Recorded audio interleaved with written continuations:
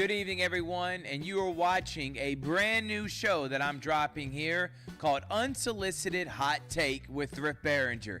So everyone has those hot takes, especially in the sports world, and trust me, I have my fair share. And for all those outrageous hot takes, there needs to be a platform for it, where I'm going to do a weekly show right here on my personal Facebook page and on wherever you find podcasts, whether it be Apple Podcasts, Spotify. You can find Unsolicited Hot Take with Thrift Behringer. I'm going to have guests on throughout the entire year I do this. But again, it's only a weekly show and predominantly going to talk college football in the beginning, but then we'll transition to basketball, talk some baseball, and whatever else is happening in the wonderful world of sports. And I have several things that I'm going to be getting into on today's initial show because it's college football Saturday first weekend. So week 0 happened last week. Obviously, several teams played, including Florida State going to Dublin and laying a huge egg against Georgia Tech.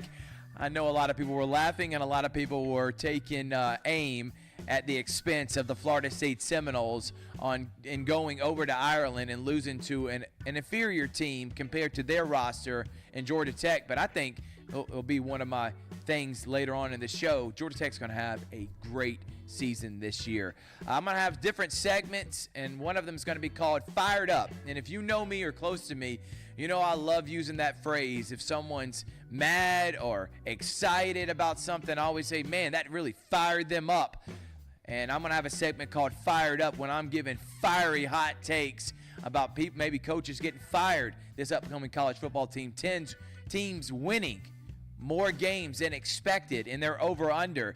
I'm also going to drop my college football playoff predictions, and I'm going to give the record predictions for Alabama, Georgia, and Auburn, the 3 teams that surround where I cover for Sports Visions. And that is what this show is presented by Sports Visions, and you can hear myself and DJ Jones every Monday and Thursday, 92.1 Smooth R&B.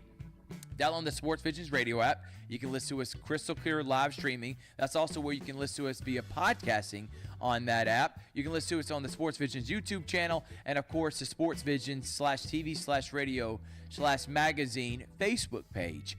And me and DJ always love. DJ and Dale Williams created Sports Visions over 20 years ago. This is the 20th year anniversary of creating Sports Visions, and now it is the premier in terms of covering in this area, and it's part of what Georgia Alabama Sports Live is a part of. We're underneath that umbrella of Sports Visions when we go and stream all these local high school and professional college teams in our area.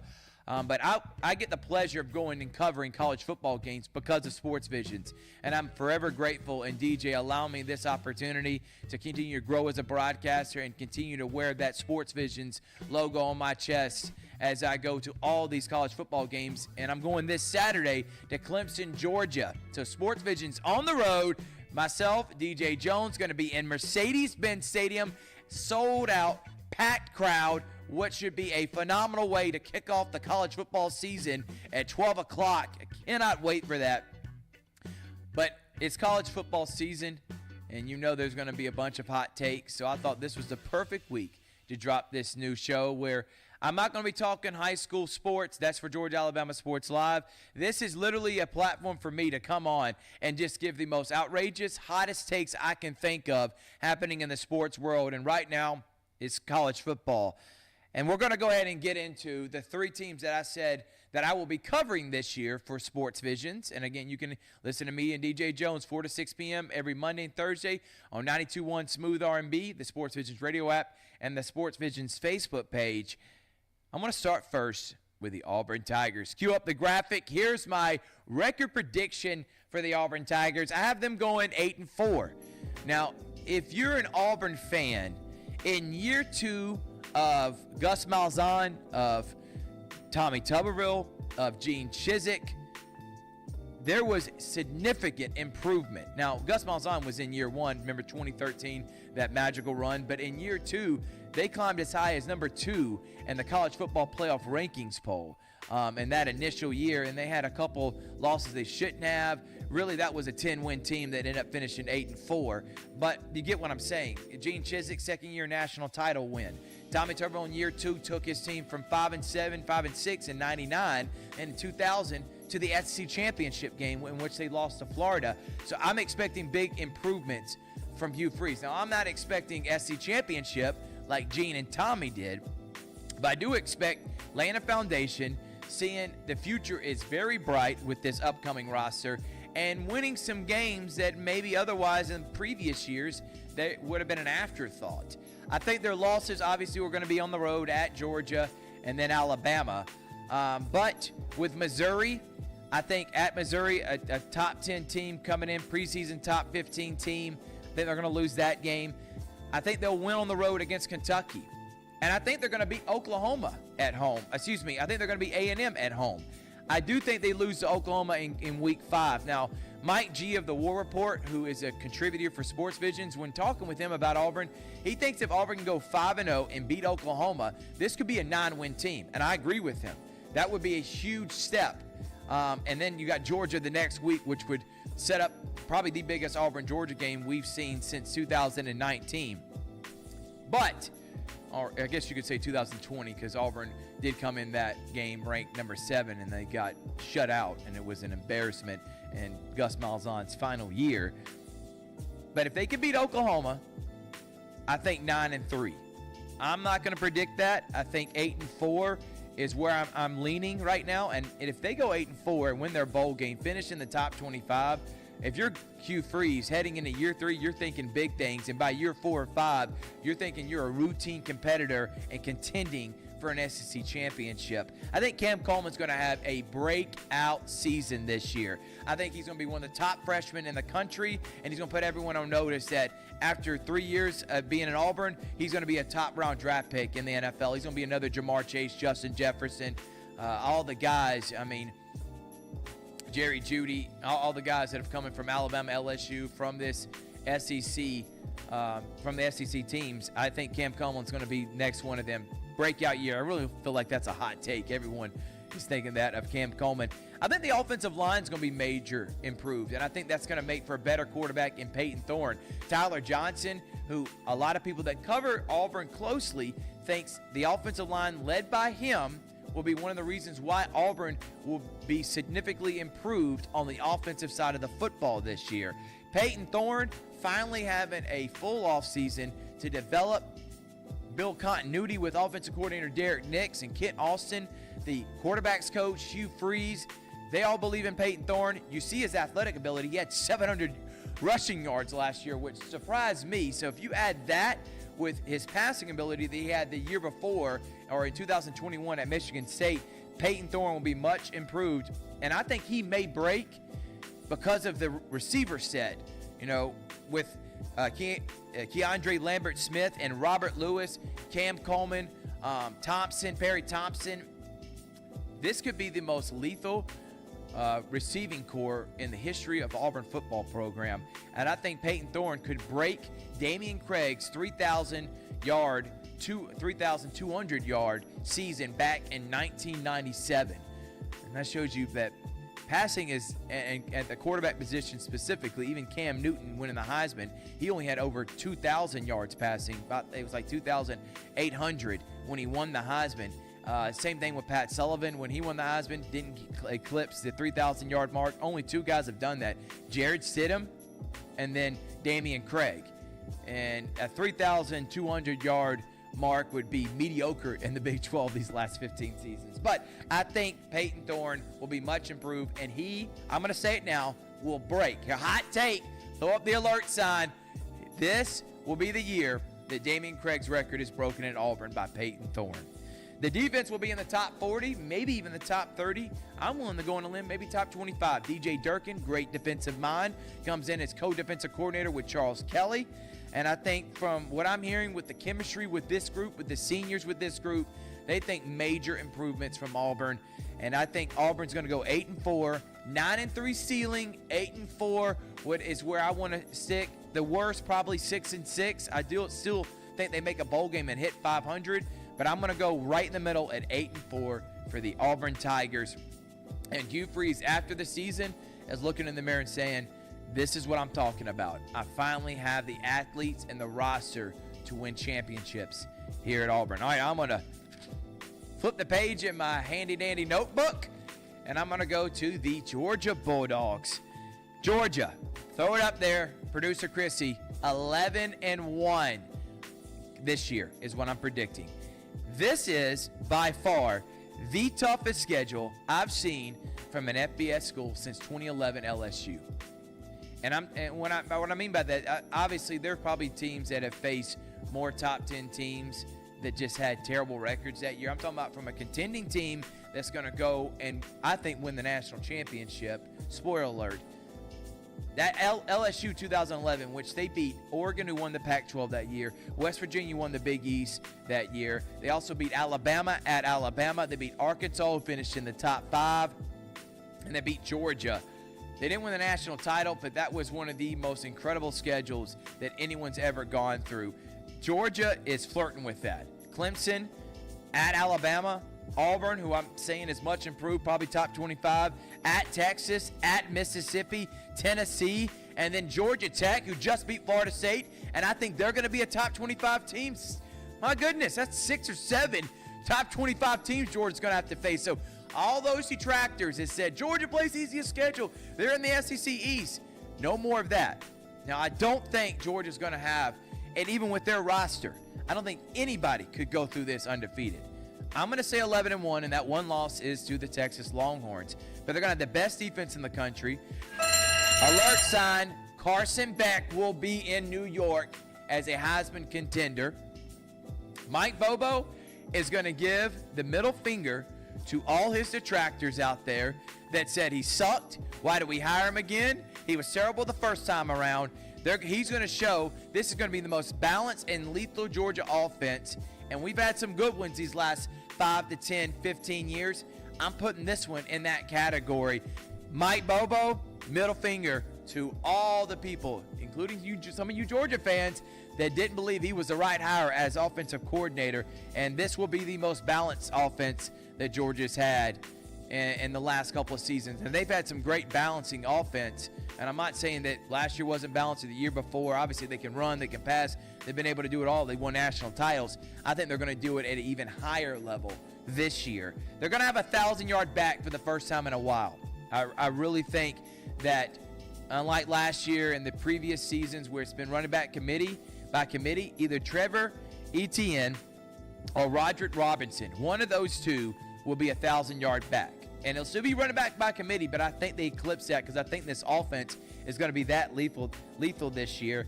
And Mykel Williams, a Hardaway product from this area, will be an All-American. I don't think that's really a hot take. I think everyone agrees with that. I just wanted to shout him out because it's pretty incredible. A guy from this area is playing at that high of a level with the Georgia Bulldogs. And again, I'm going to be able to cover it thanks to DJ Jones.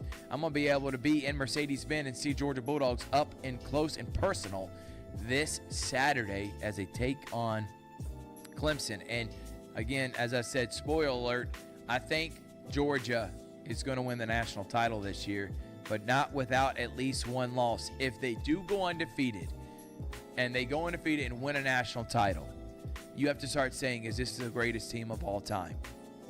And definitely the best resume and best schedule of all time if they go undefeated with this slate. Let's flip it again and let's talk about those Crimson Tide. Now, I'm telling you, I wanted to come in here really bad, and I wanted to say 9-3. It took everything in me to just say, Thrift, don't do it. I know everyone's saying that Nick Saban's leaving. They're going to have a down year. They may not even make the playoff. But then I started thinking, look at Kalen DeVore's resume. Leading up to his now tenure at Alabama, he turns around programs and wins quickly, and he's won very early at Washington and then at Fresno State with a far inferior roster than what he has now, even with all the transfers at Alabama. This is by far his best roster he's ever had as a head coach. So why would it not work? I think Jalen Milroe obviously is going to improve his intermediate game, and it may be one of the best intermediate passers we see in college football this year. That's how highly I think about him and his work ethic and what I'm hearing coming out of the Alabama camp. Defense stays in the top 10 under Kane Womack. They were top 5 last year. I don't think there's a drop-off, and I think they say between giving up 18 to 20 points a game, again, like they've had the previous couple seasons. I don't see that being a major drop-off. They will make the college football playoff, where I'll let you know here a little bit later on, but they'll make the college football playoff in year 1 under Kalen DeBoer. And I think their losses, they're going to go 10-2. Their 2 losses are going to be to Georgia and at LSU. I think LSU is the team that nobody's talking about in the SEC as winning a national title, and many of the experts out there are not even having them in the college football playoff. I think this year, Brian Kelly has LSU on the precipice of maybe winning a national title. That's how high I am on the LSU Tigers. So Alabama 10-2 makes the playoffs, and if you're an Alabama fan, you should be okay with this. Especially in year 1, establishing this culture. You're seeing the recruiting rankings for next year. They're already top 5. You can't be upset with this. Even if they do lose to rival Georgia, and even if they do lose to rival LSU, making the playoffs, finishing 10-2, you should be happy with this, and you should be thinking like, all right, he won't be Nick Saban, but will at least be contending for national titles and SEC titles throughout his tenure here at Alabama. And Jalen Milroe, best case scenario, he's in New York. Worst case scenario, he is a second-team All-SEC, and he's going to go play in the NFL. So I think the ceiling's still going to be bright for Jalen Milroe and the Alabama Crimson Tide. They're going to go 10-2. Losses are Georgia at home and at LSU, but they make the college football playoff. All right, we're going to take a break, and when I come back from break, we're going to give up, I told you, that segment, Fired Up. I got some fired up hot takes I'm going to drop right here for the college football 2024 season, and then I'm going to drop my college football playoff predictions, my national championship prediction, and I'll wrap it up with a Braves hot take, and of course, an Atlanta Falcons. I had to do the Falcons now. And producer Chrissy, he is sweating bullets because he doesn't know whether he believes the Falcons are going to win or not. Chris, I promise you're going to like what I have to say. We're going to take a break. It's Unsolicited Hot Take with Rip Barringer. We'll be back after this.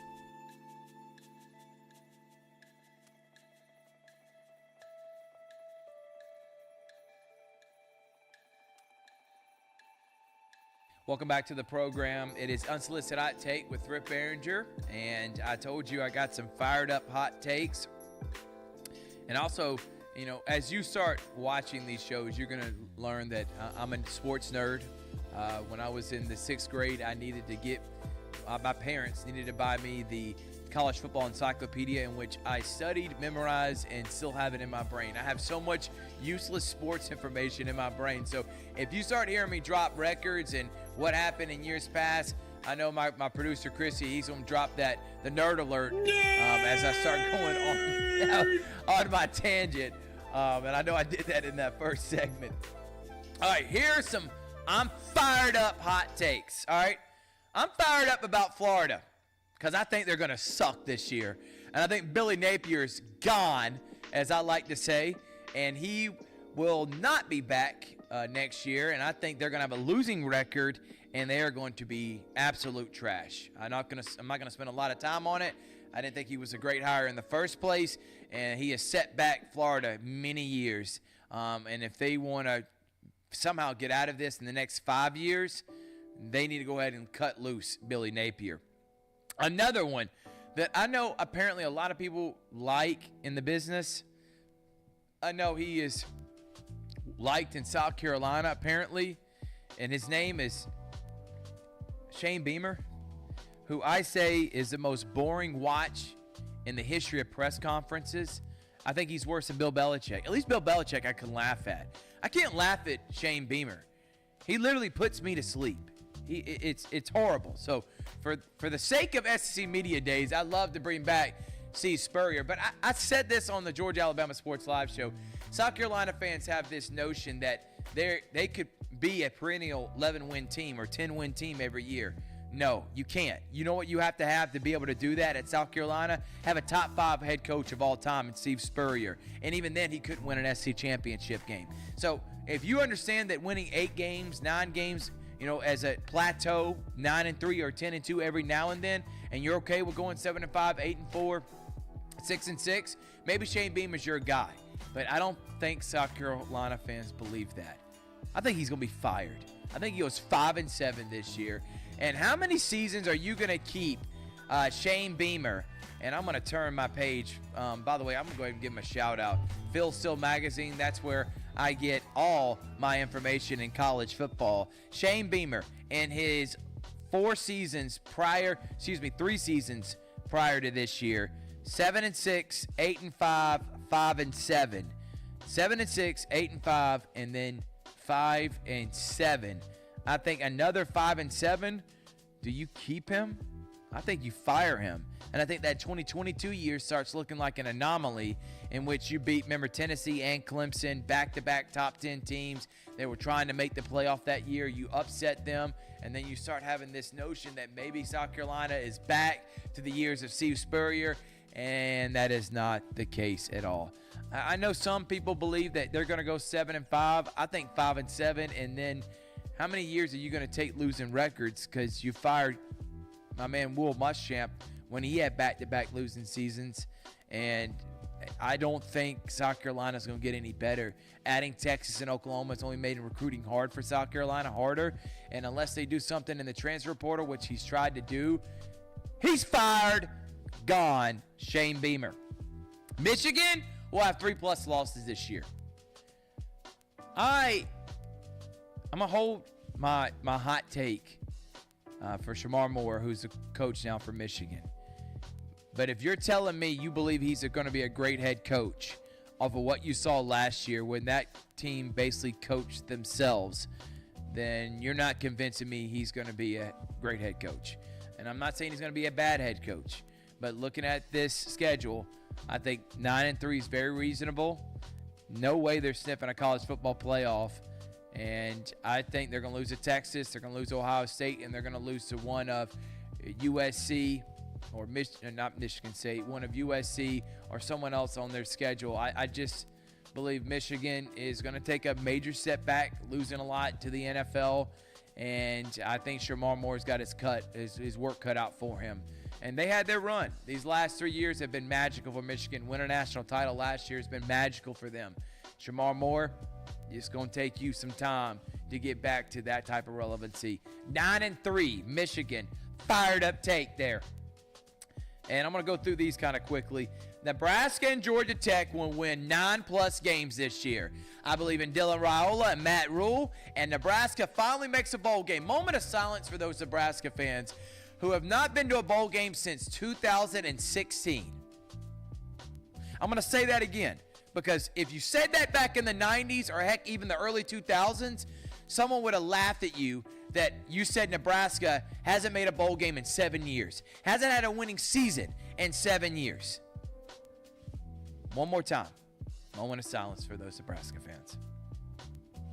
I think this is the year they get 9 or 10 wins. Then Dylan Raiola, the incoming freshman phenom, will show why he may be one of the best quarterbacks in the Big Ten here in the next couple of seasons. And Nebraska fans can finally taste that bowl game glory.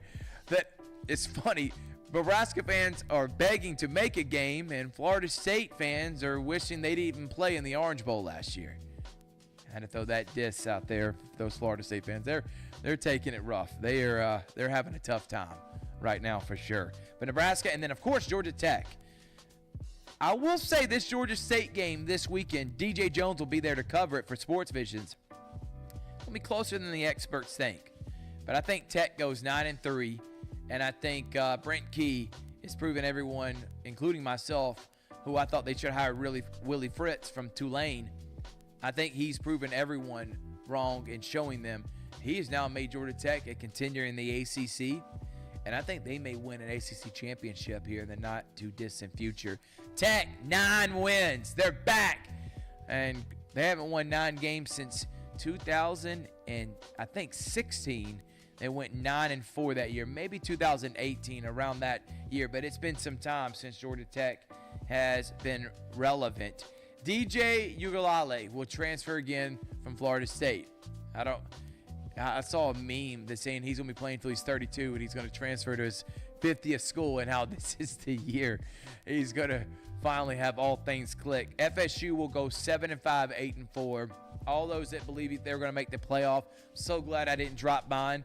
I probably would have said 10-2, flirting with the college football playoff. 7-5, 8-4, and Ugalele may not even be starting by the end of the year. And I'm also not sold on Mike Norvell having Florida State back to those Jimbo Fisher years of constantly contending. I'm not sure. I think maybe every 3 or 4 years he'll have a team that's good enough, but every single season, no. Those Bobby Bowden years from Nerd Alert, 1987 to 2000, of being in the top 5 and winning 11 games or more, 14 straight years. Never happened again for Florida State, and I don't think Mike Norvell is going to be that guy for sure. So those are my initial fired up takes. I'm going to have more of them, I promise you, on that. But that's all that's going to be here for just this week. Now I'm going to do my college football playoffs. So, Chris, throw up the graphic. Here are the 12 teams I have going. At number 12, you got to have that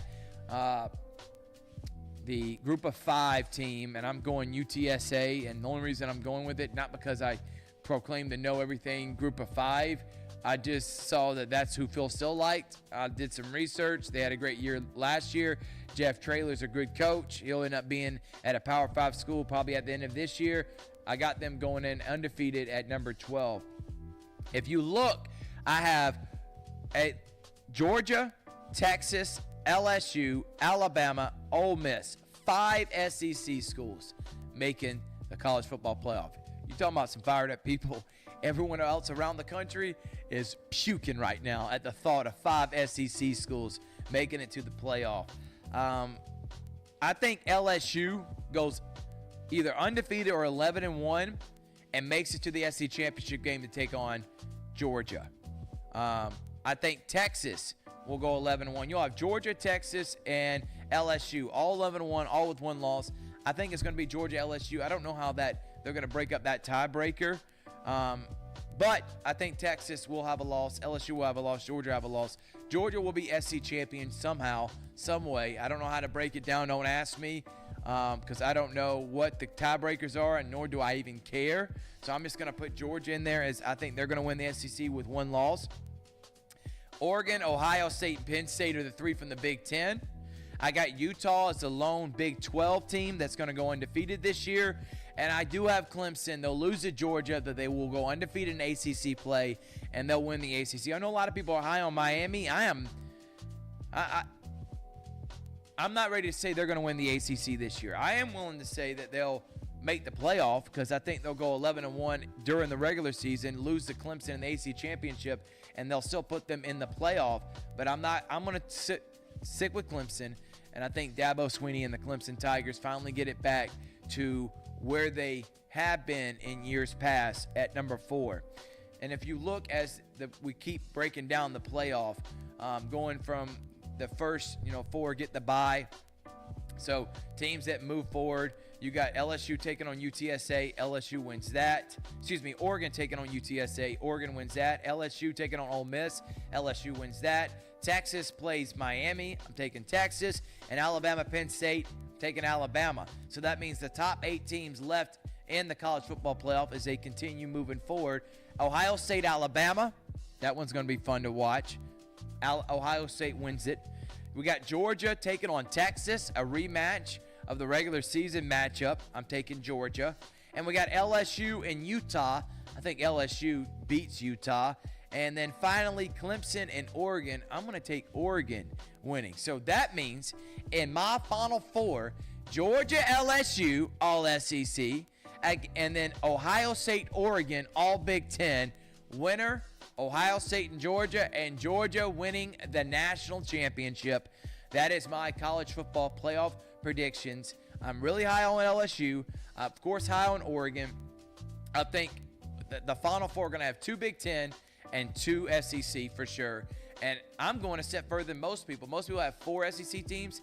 I have 5 SEC teams making it. And out of the final 8, I have 4 SEC teams in there. Alabama, Texas, Georgia, and then LSU. And Georgia is going to have to beat Texas and LSU, two SEC teams, to even make it to the national title. And Ohio State, finally under Ryan Day, beats Michigan, wins a Big Ten championship, makes it to the national championship game, and they lose again, but this time to Georgia. Remember, they lost to Alabama in 2020.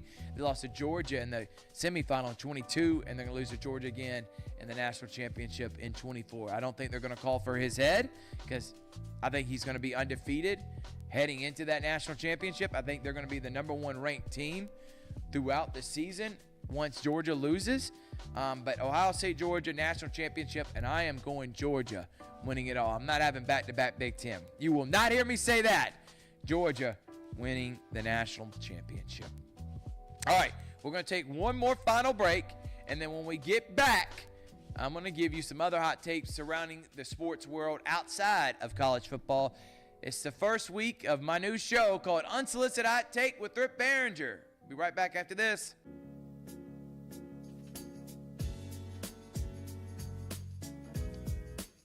And we're back here with Unsolicited Hot Take. I'm Rip Barringer. All right. The reason I'm taking breaks, not because we have to pay bills or got commercials out there. My mouth gets parched. I talk so much and I'm so loud. Instead of losing my voice, I need a swig of water. And instead of drinking water on set right now and just going an hour straight, I'm like, all right, let's throw up a graphic for 15 seconds, 10 seconds, and come right back so you ain't got to see me chugging some water. The Atlanta Braves, who have had a season from hell with the injuries and everything else, are still in the playoff mix. And I got two hot takes from that. I think the Atlanta Braves, once they start getting guys back, like Albies and Michael Harris, that the Atlanta Braves will make it to the NLCS this year.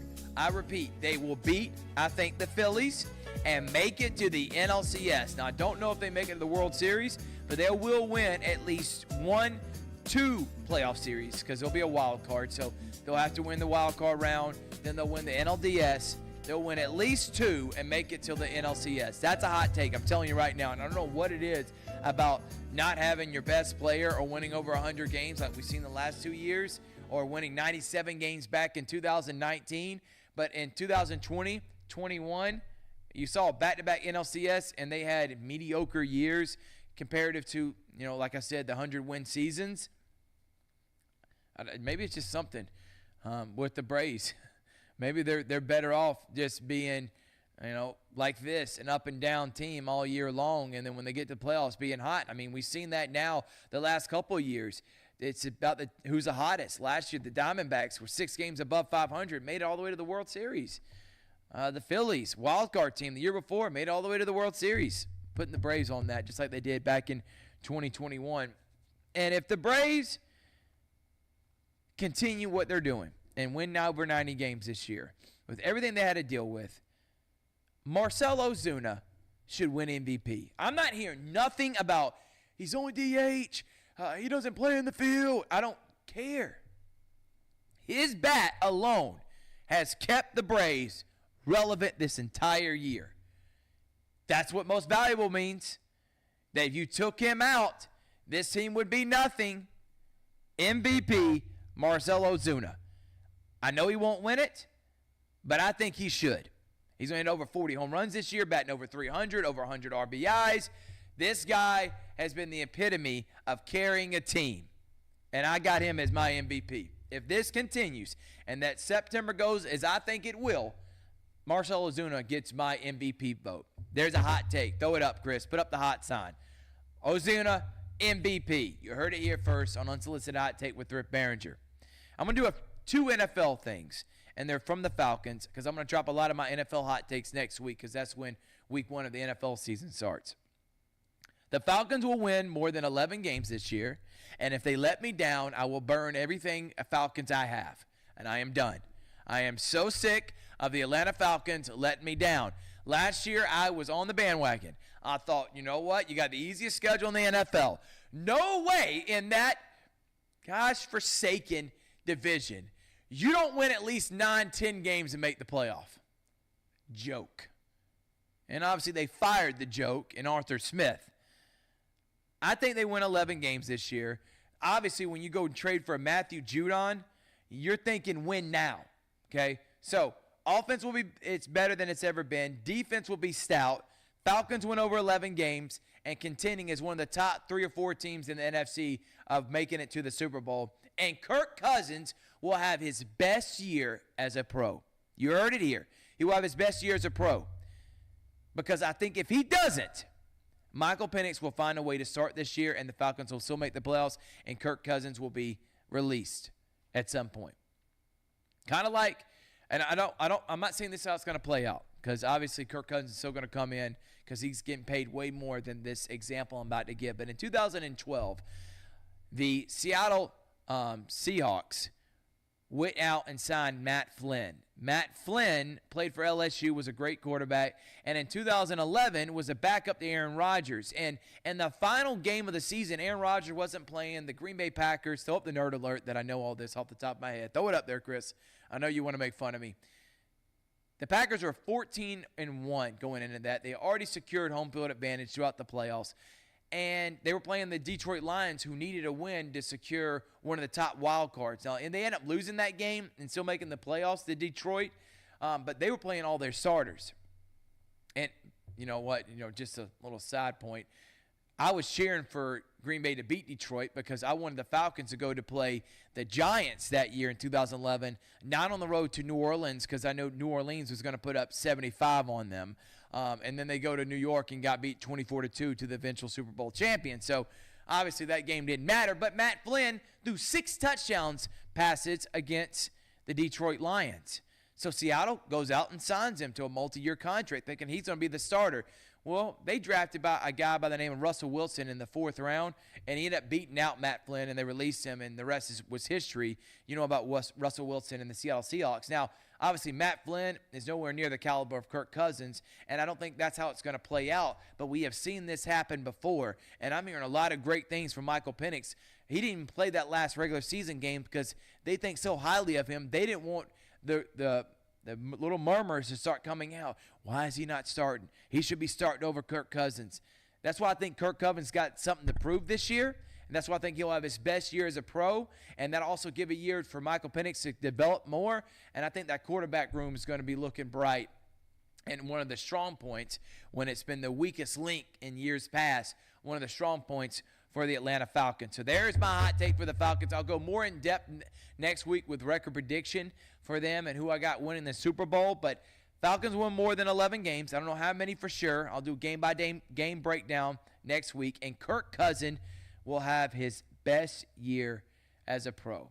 Now, this show, again, is going to have hot takes spewing from college basketball, NBA, WNBA. And by the way, my last thing on the WNBA is that I have been so impressed with the way this season has played out. And if you're a WNBA fan, if you're a WNBA executive, you couldn't have picked a better year or had a better year than what you've had this year. And for all those Caitlin Clark haters out there, listen, I'm not trying to get in the middle between the people that think Caitlin Clark's the greatest player of all time right now. Obviously, she's not. And those who think she was going to have a crap year.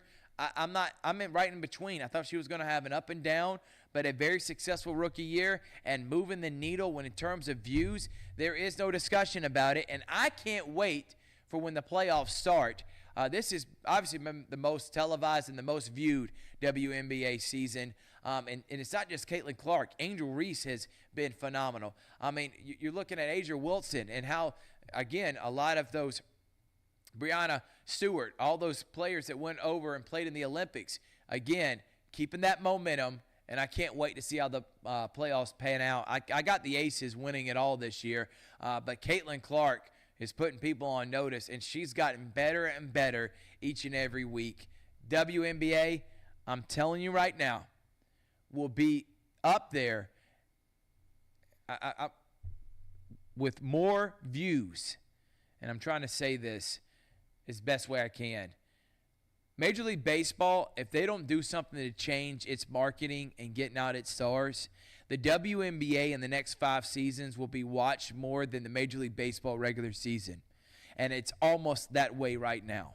And I know Major League Baseball relies a lot on the local markets and the local TVs that do the games like Bally Sports for the Braves. So, it's hard to measure those. But those national games, I know they're not pulling that great of numbers. And compared to what the WNBA will in these next couple of years, mark my word, if MLB doesn't change their mindset, the WNBA will be viewed more and will be up there in ratings higher than Major League Baseball. So they better change. And I'm shouting out my guy Tyler Redmond because I'm hoping for his sake, because how much he loves the Braves in Major League Baseball. And I love baseball too. But obviously, it's taking a backseat to all the major sports. Well, thank you so much for tuning in. Every Wednesday, come right here. If you want to hear some outrageous takes, you want to hear some fired up personalities, I'm going to have special guests. It's Unsolicited Hot Take with Thrift Behringer. We'll see you later. Good night, everybody.